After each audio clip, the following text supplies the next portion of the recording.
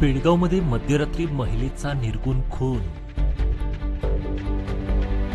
कामावरून घरी परतणाऱ्या महिलेवर प्राणघात हल्ला.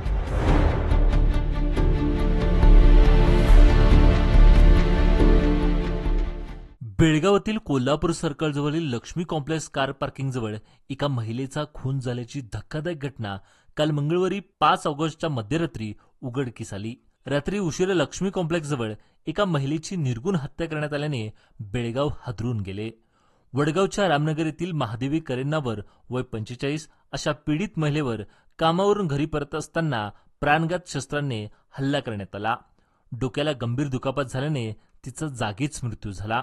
पोलिसांनी शोधकार्य सुरू केले असून या घटनेने परिसरात एकच खळबळ उडाली असून घटनास्थळी पोलीस आयुक्त भूषण बोरसे आणि इतर वरिष्ठ पोलीस अधिकारी दाखल झाले होते.